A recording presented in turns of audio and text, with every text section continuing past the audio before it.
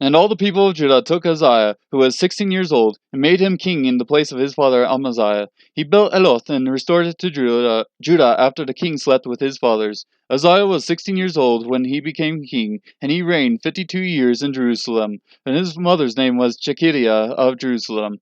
He did right in the sight of the Lord, according to all that his father Amaziah had done. He continued to seek God in the days of Zechariah, who had understanding through the vision of God, and as long as he sought the Lord, God prospered him. Now he went out and warred against the Philistines, and broke down the wall of Gath, and the wall of Jabneh, and the wall of Ashdod. And he built cities in the area of Ashdod and among the Philistines.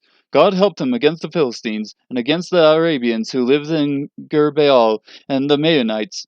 The Ammonites also gave tribute to Uzziah, and his fame extended to the border of Egypt, for he became very strong. Moreover, Uzziah built towers in Jerusalem at the corner gate and at the valley gate and at the corner buttress, and fortified them. He built towers in the wilderness and hewed many cisterns, for he had much livestock, but in the lowland and in the plain, both in the lowland and in the plain. He also had plowmen and vine dressers in the hill country and the fertile fields, for he loved the soil. Moreover, Uzziah had an army ready for battle, which entered combat by divisions, according to the number of their master, prepared by Jael the scribe and Maaseiah the official, under the direction of Hananiah, one of the king's officers. The total number of the heads of the households of valiant warriors was 2,600. Under their direction was an elite army of 307,500 who could wage war with great power to help the king against the enemy.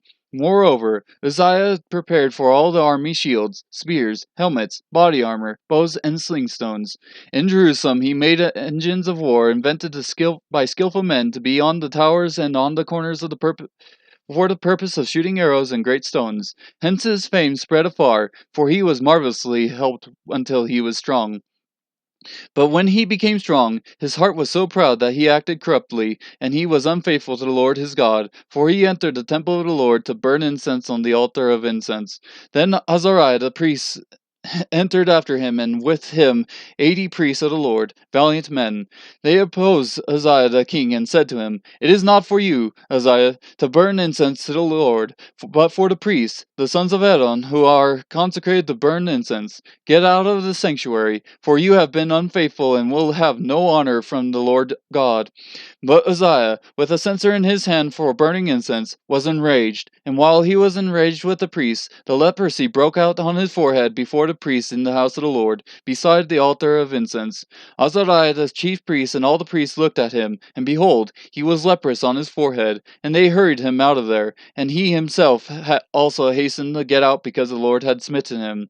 King Uzziah was a leper to the day of his death, and he lived in a separate house, being a leper, for he was cut off from the house of the Lord. And Jotham his son was over the king's house, judging the people of the land. Now the rest of the acts of Uzziah, first to last, the prophet Isaiah, the son of Amoz, has written. So Uzziah slept with his fathers, and they buried him with his fathers in the field of the grave which belonged to the kings, for they said, He is a leper, and Jotham his son became king in his place.